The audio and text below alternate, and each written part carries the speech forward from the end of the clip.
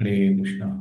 सभी भक्तों का हार्दिक स्वागत है आज के इस प्रातःकालीन श्रीमद् भागवत क्लास में।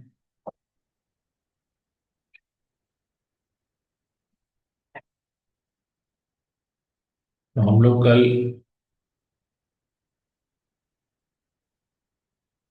शिव जी की महिमा के बारे में पढ़ रहे थे, किस प्रकार कि दक्ष, जो कि प्रजापति दक्ष, जो कि एक यज्ञ संपन्न कर रहे थे, तो वहां पर जब उस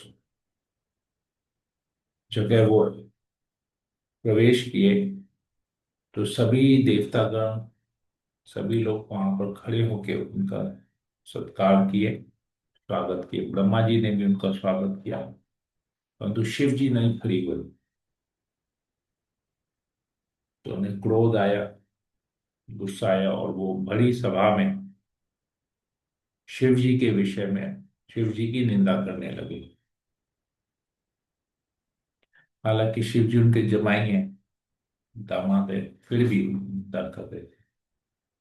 तो हमने पढ़ा कि किस प्रकार उनकी निंदा में एक्चुअली में अगर पॉजिटिव सेंस से लिया जाए तो उनकी एक तरह से उनकी गुणावली का वर्णन है, उनकी प्रशंसा है।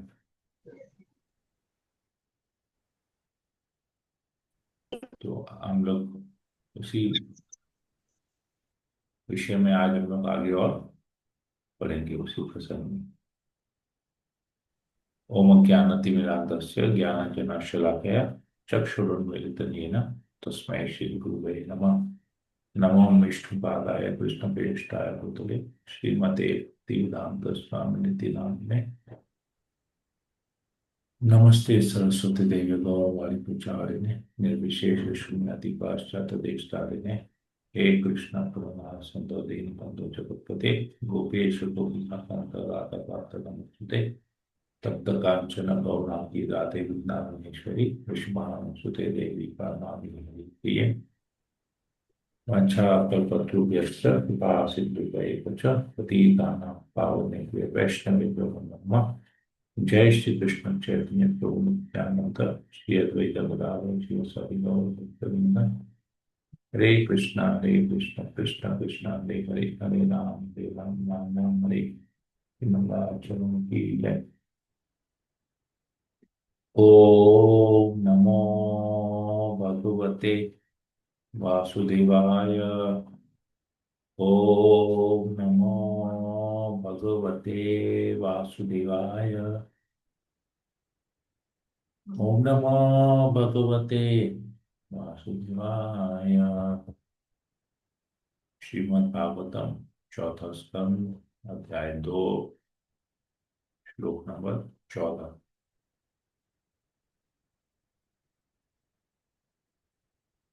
तो दक्ष बताते शिव जी के बारे में, वह शमशान जैसे गंदे स्थानों में रहता है और उसके साथ भूत तथा प्रेत रहते हैं।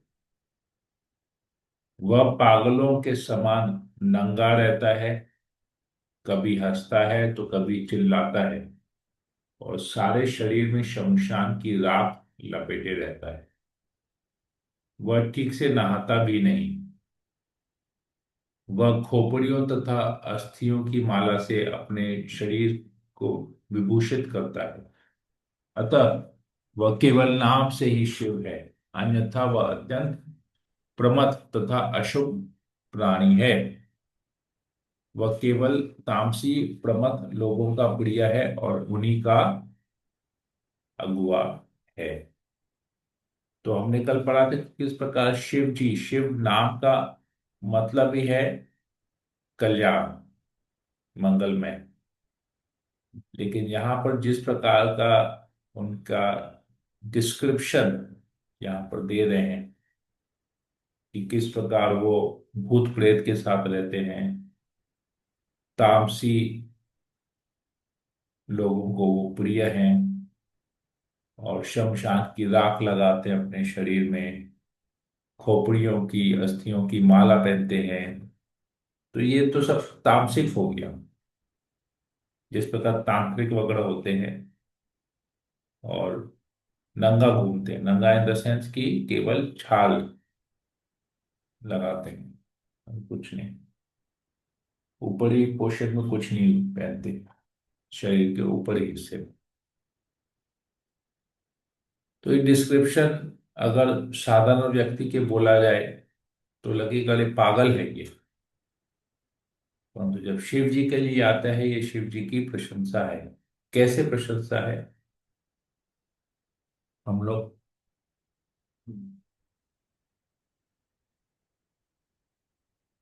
इधर तात्पर्य में पढ़ते हैं। प्रभुपाद जी लिखते हैं, जो नियमित रूप से नहाते नहीं, उनकी संगति प्रेतों तथा पागल लोगों से मानी जाती है। शिव जी ऐसे ही लगते थे, किंतु उनका शिव नाम अत्यंत उपयुक्त है, क्योंकि वे ऐसे व्यक्तियों पर अत्यंत दयालु रहते हैं जो तमोगुण के घोर अंधकार में पड़े हुए हैं, यथा अस्वच्छ शराबी लोग जो नियमित रूप से स्नान भी नहीं करते। भगवान शिव इतने कृपालु हैं कि वे ऐसे प्राणियों को शरण प्रदान करते हैं और उन्हें क्रमशः आत्मिक चेतना पर तक ऊपर ले जाते हैं। यद्यपि ऐसे लोगों को आत्मिक ज्ञान के धरातल धरातल तक उठा पाना कठिन है, किंतु भगवान शिव इसका उत्तरदायित्व स्वयं लेते हैं। इसलिए जैसा कि वेदों में कहा गया है, शिव जी सर्व मंगलकारी हैं। इस तरह उनकी संगति से ऐसी पतित आत्माएं भी ऊपर उठ सकती हैं। कभी कभी यह देखा गया है कि महापुरुष की भेंट पतित आत्माओं के हितार्थ होती है, न कि उनके निजी हित के लिए। भगवान की इस सृष्टि में अनेक प्रकार के जीव हैं। इनमें से कुछ सतोगुण संपन्न हैं, तो कुछ रजोगुण तथा तमोगुण से युक्त होते हैं। भगवान विष्णु ऐसे लोगों का भाव अपने ऊपर लेते हैं जो कृष्ण भावना भावित उन्नत वैष्णव है।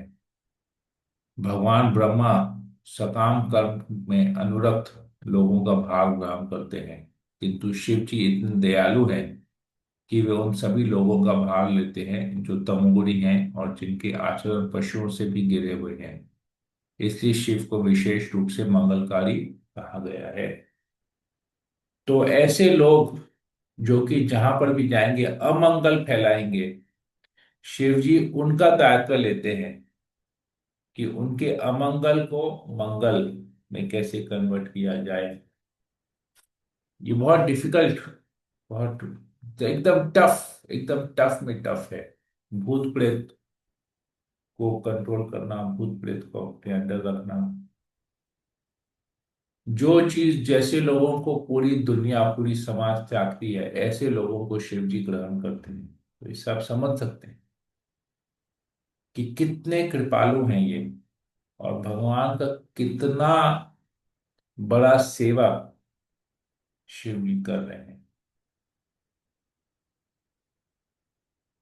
तो मैं एक लेक्चर में सुन रहा था, यहाँ पर जो डिस्क्रिप्शन जैसे आता है कि शिव जी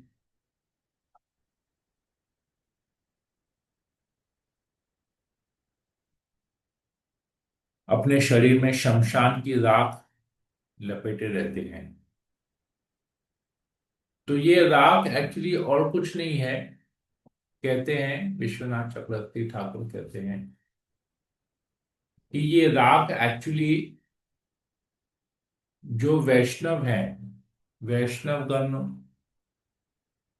इतने पवित्र होते हैं, उनके शरीर इतना पवित्र होता है कि जब उनके शरीर का उनका जब दाह संस्कार किया जाता है, तो शिव जी उनकी राख को लेकर अपने शरीर में लगाते हैं और अपने आप को कृतज्ञ मानते हैं कि मुझे वैष्णव की शरीर की राख मिली है जो मैं अपने शरीर में लगा सकता हूँ, तो इस प्रकार उनसे मेरे को कृपा मिलेगी।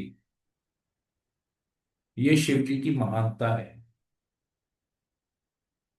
ये उनका क्रिटिसिज्म नहीं है, उनकी बुराई नहीं है, ये उनकी महानता है कि ये इतने महान वैष्णव है, इतने परम वैष्णव है शिव जी। वैष्णवानाम यथा शंभु, भागवतम में आता है। सभी वैष्णवों में सर्वश्रेष्ठ वैष्णव है शिव जी, परंतु वो दूसरे वैष्णव की राख को अपने शरीर में लगाते हैं, सोचते हैं कि उनकी राख लगाऊंगा तो मुझे उनकी कृपा मिलेगी।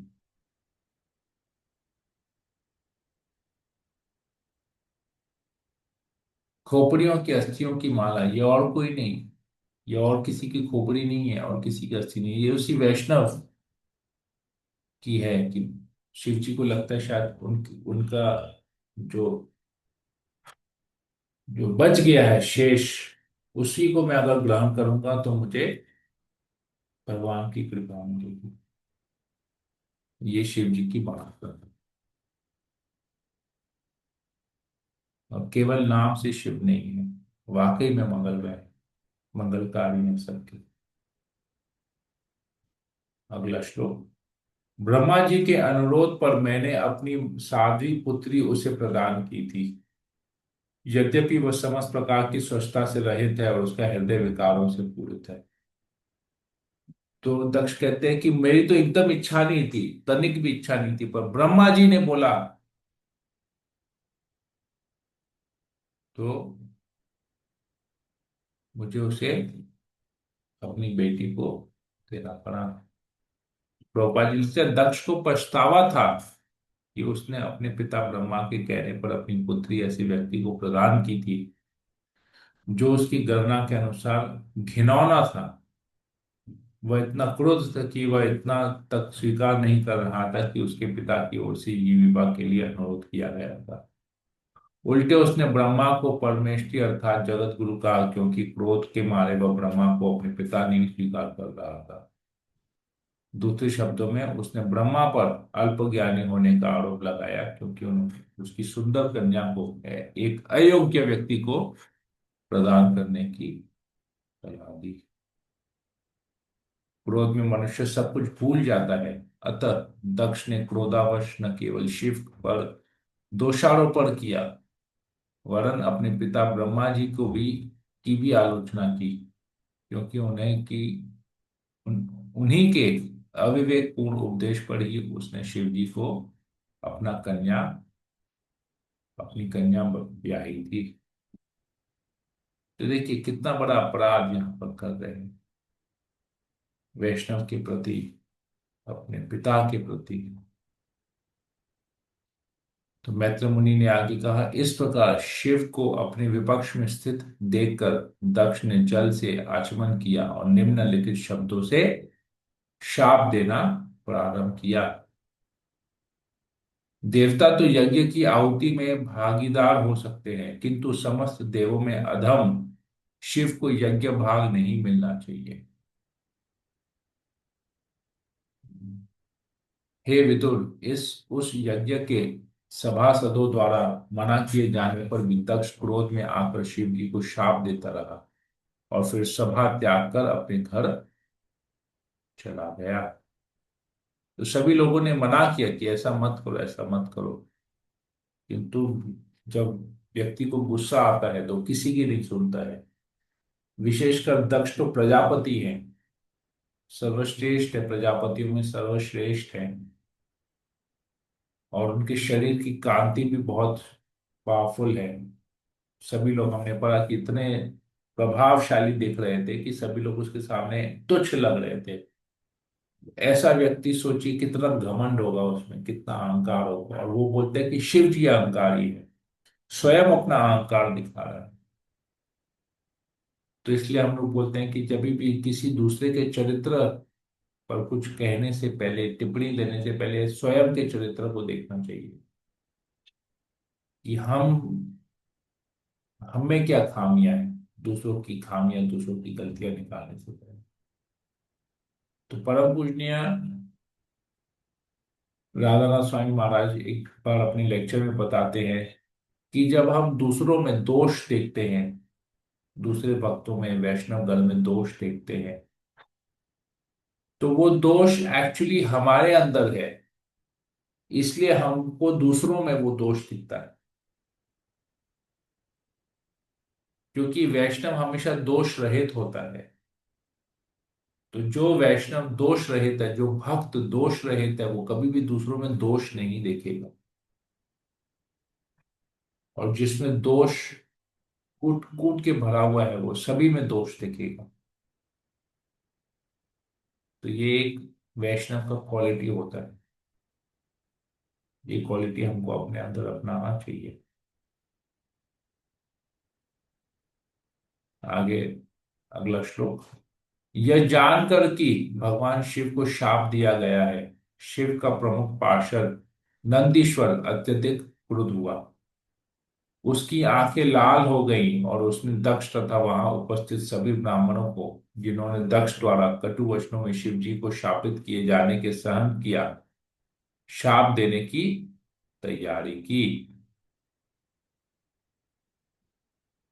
जिस किसी ने दक्ष को सर्वश्रेष्ठ पुरुष मानकर ईर्ष्यावश भगवान शिव का निरादर किया है, वह अल्प बुद्धि वाला है और अपने द्वैत भाव के कारण वह दिव्य ज्ञान से विहीन हो जाएगा।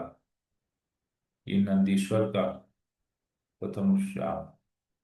जिस कपटपूर्ण धार्मिक रहस्य जीवन में कोई मनुष्य भौतिक सुख के प्रति आसक्त रहता है और साथ ही वेदों की व्यर्थ व्याख्या के प्रति आकृष्ट होता है, इसमें उसकी सारी बुद्धि हर ली जाती है और वह पूर्ण रूप से सकाम कर्म में लिप्त हो जाता है। दक्ष ने देह को ही सब कुछ समझ रखा है। इसने विष्णुपाद अथवा विष्णु गति को भुला दिया है और केवल स्त्री संभोग में ही लिप्त रहता है। अतः इसे शीघ्र ही बकरे का मुख प्राप्त होगा। जो लोग भौतिक विद्या तथा युक्ति के अनुशीलन से पदार्थ की भांति जड़ बन चुके हैं, वे अज्ञानवश सकाम कर्मों में लगे हुए हैं। ऐसे मनुष्यों ने जानबूझकर भगवान शिव का अनादर किया है। ऐसे लोग जन्म मरण के चक्र में पड़े रहे।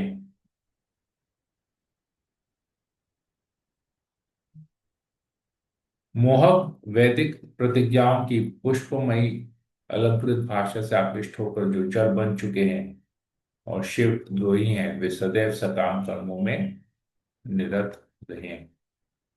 ये ब्राह्मण केवल अपने शरीर पालन के लिए विद्या, तप तथा व्रत आदि का आश्रय ले, इन्हें भक्ष्य का विवेक न रह जाए।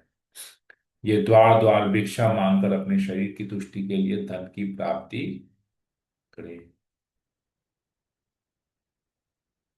इस प्रकार जब नंदीश्वर ने समस्त कुलीन ब्राह्मणों को शाप दे दिया, तो प्रतिक्रिया स्वरूप भृगु मुनि ने शिव के अनुयायियों की भर्त्सना की और उन्हें घोर ब्रह्म शाप दे दिया। जो शिव को प्रसन्न करने का व्रत धारण करता है अथवा जो ऐसे नियमों का पालन करता है, वह निश्चित रूप से नास्तिक होगा और दिव्य शापों के विरुद्ध आचरण करने वाला बनेगा। तो अब एक दूसरे को शाप देते हैं। दंदी ने वहां पर उपस्थित सभी ब्राह्मणों को श्राप दिया। अब ब्राह्मण शिव जी के फॉलोअर्स को, अनुयायी को श्राप दे रहे हैं। जो शिव की पूजा का व्रत लेते हैं, वे इतने मूर्ख होते हैं कि वे उनका अनुकरण करके अपने शरीर पर लंबी जटाएं धारण करते हैं और शिव की उपासना की दीक्षा ले लेने के बाद वे मदिरा, मांस तथा अन्य ऐसी वस्तुएं खाना पीना पसंद करते हैं। तो ये देखेंगे, ये ऐसा रहता है। जो निम्न कोटि के लोग जीव होते हैं, वो लोग इस प्रकार करते हैं, शिव जी की उपासना करते हैं और शराब, नॉनवेज ये सब खाते पीते हैं। भृगु मुनि ने आगे कहा, चूंकि तुम वैदिक नियमों के अनुयायी ब्राह्मणों तथा वेदों की निंदा करते हो, इससे ज्ञात होता है कि तुमने नास्तिकता की नीति अपना रखी है। तो नंदी ने शाप दिया कि दक्ष केवल, और ब्राह्मण जो है, जो दक्ष को सपोर्ट करते हैं, वो केवल शरीर के लेवल पे है, आत्मा के लेवल पे नहीं है, इसलिए उनको श्राप दिया। और अब यहाँ पर ब्राह्मण क्या कह रहे हैं कि तुम वेदों के खिलाफ जा रहे हो, तो तुम नास्तिक हो।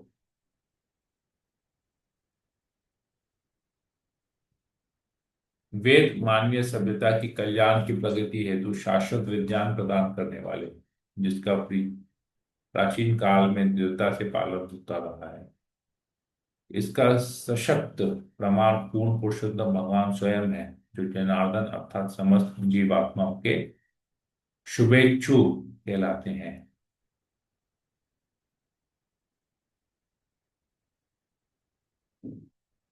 ऐसे वेदों के नियमों की निंदा करके, जो सत पुरुषों के शुद्ध एवं परम पथ रूप हैं, अरे भूतपति शिव के अनुयायियों, तुम निस्संदेह नास्तिकता के स्तर तक जाओगे। तो देखिए किस प्रकार एक दूसरे के ऊपर ये जो है शाप दिया जा रहा है।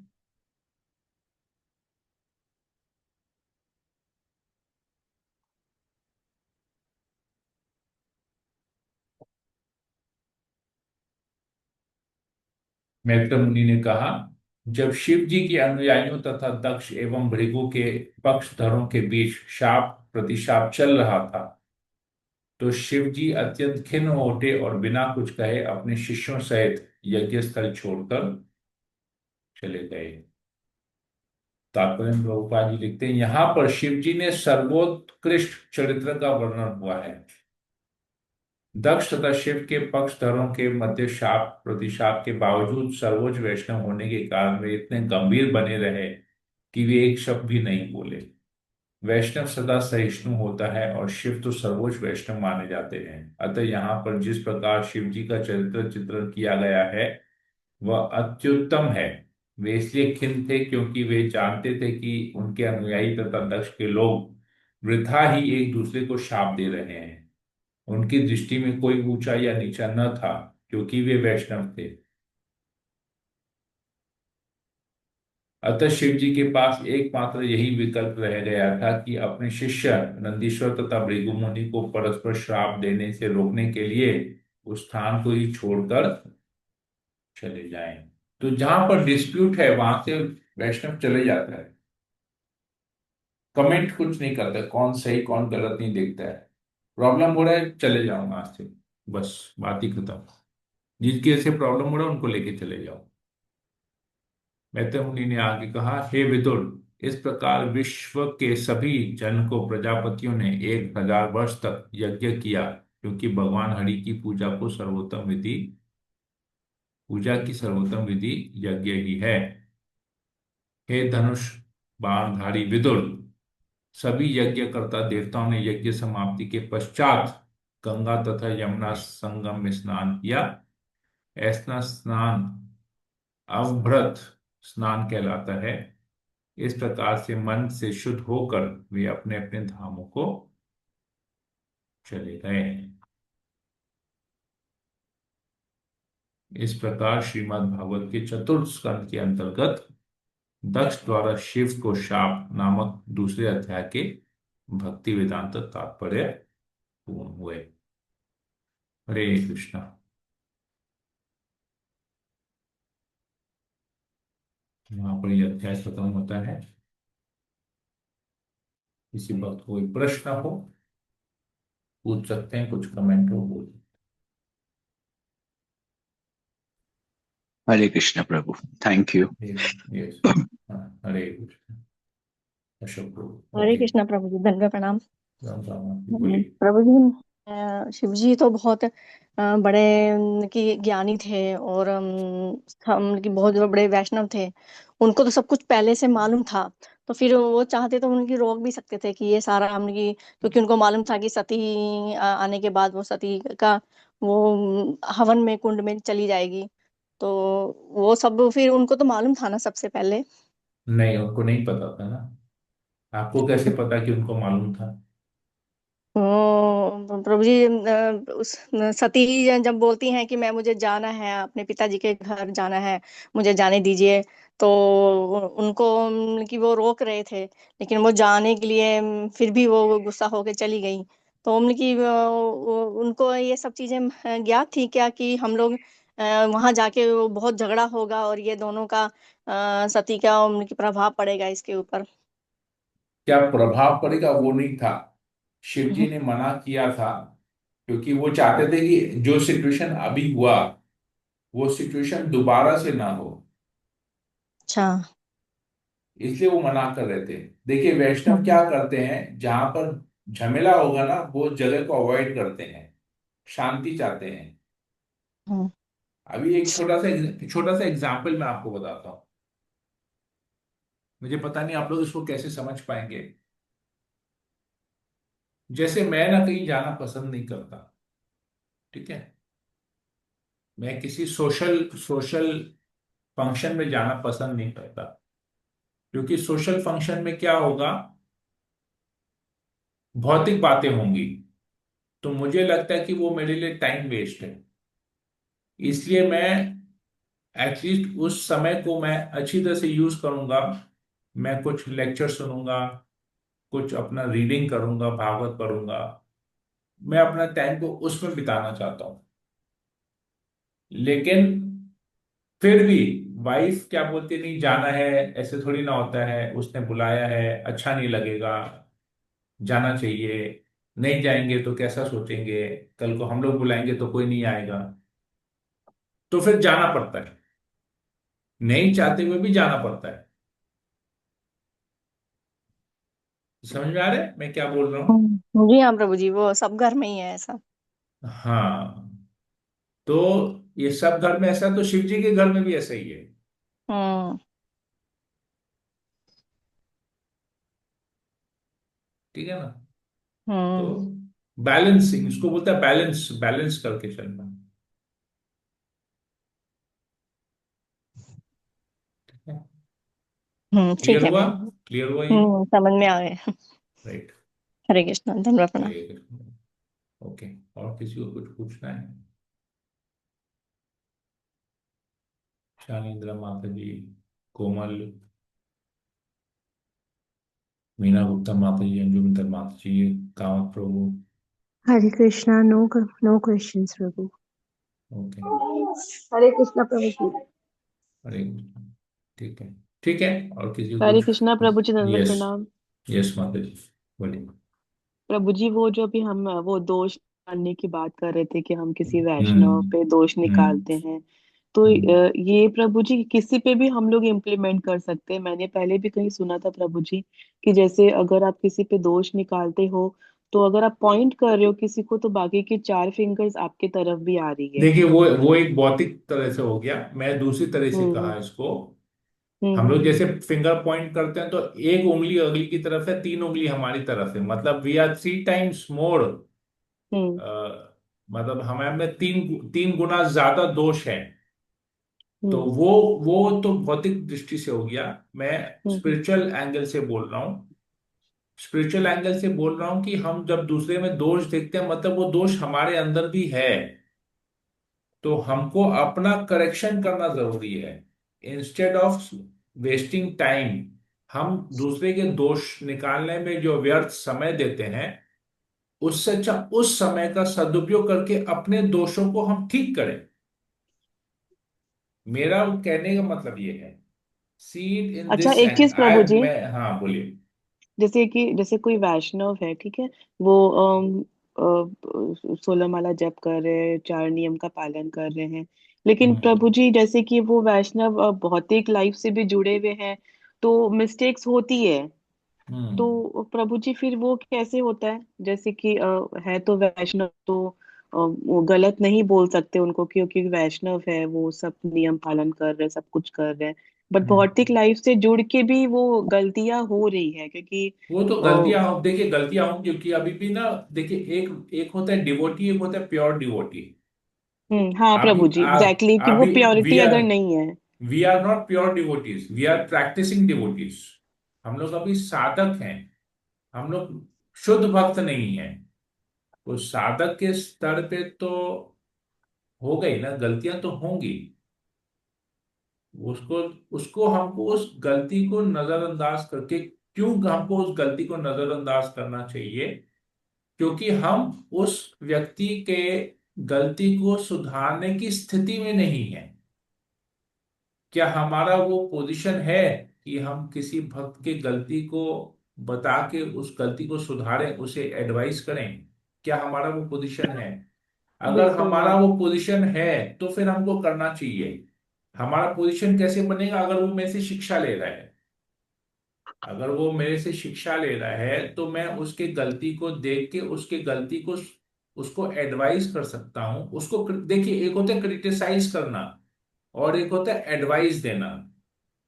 तो they are complete two different things.